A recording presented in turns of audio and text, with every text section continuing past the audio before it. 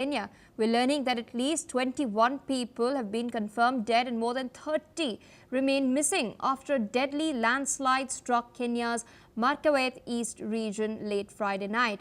Officials have stated that heavy rains triggered the landslide, burying homes and cutting off roads as well. Interior Cabinet Secretary Kipchumba Murkomen has visited the area, confirming that 25 people have been rescued and airlifted for medical treatment. He has urged residents to move to higher ground and avoid landslide-prone areas.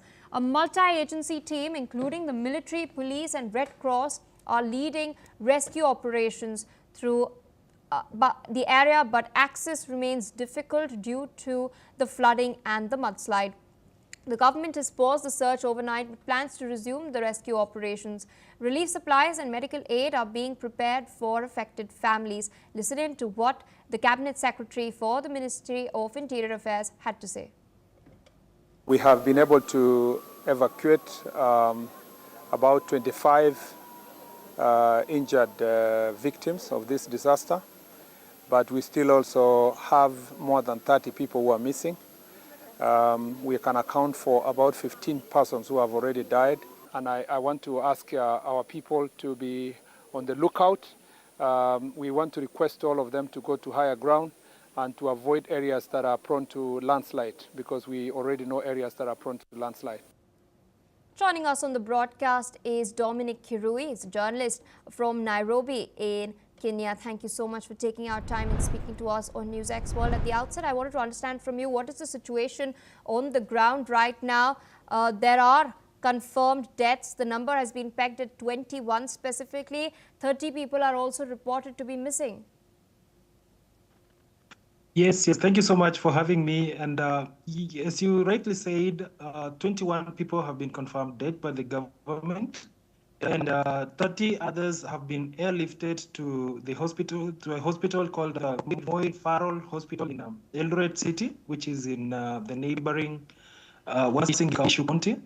And 30 more people are still missing, and search and rescue operations are ongoing at the area. And yeah, that is it. That is what is going on right now. Indeed, and heavy rains are a known seasonal risk in the area. What are authorities doing to mitigate this damage? There is not much that the government is doing, because the area is prone to landslides once there is rains. And for the past 2 weeks, there have been a very just so much. But across many other counties, the meteorological department issued a warning going to be above rains in the area, Western Kenya, because this is next to the Ugandan border. And that the rain came and used for deforestation over the years in the areas, so that the ground is actually loose and it's rocky and it's hilly. So once the rains are too much, the hills cave in, and that is when the landslides happen and sweeps down the homes. Indeed, we're also learning that a multi-agency team has been put together, including the military, police officers, Red Cross. They're all leading the operations on the ground. We're getting some visuals as well. I wanted to understand from you, how effective has this team been so far? So far, the team has been effective because they have been able to rescue and take those who have been injured and airlift them to the hospital in Eldoret, where the Ministry of Health has confirmed that the government is working with specialists and doctors and to give the much needed medical care.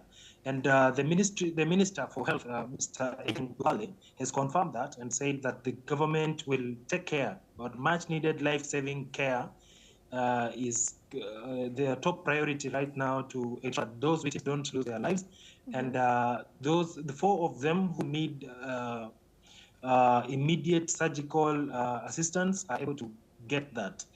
Also, it's Kipchumba Murkomen, the Minister for for internal security has also confirmed that military planes are on standby to supply the much needed food and other supplies to the people in the victims and other people around the area who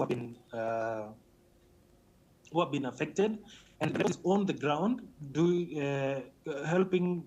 giving a helping hand to the government and other agencies in rescuing people and searching for those who are still missing. All right, so with that, I'd like to thank you for taking out time and, of course, sharing all that information with our viewers. We will continue to track this very, very closely. But in the meantime, we're also getting fresh news from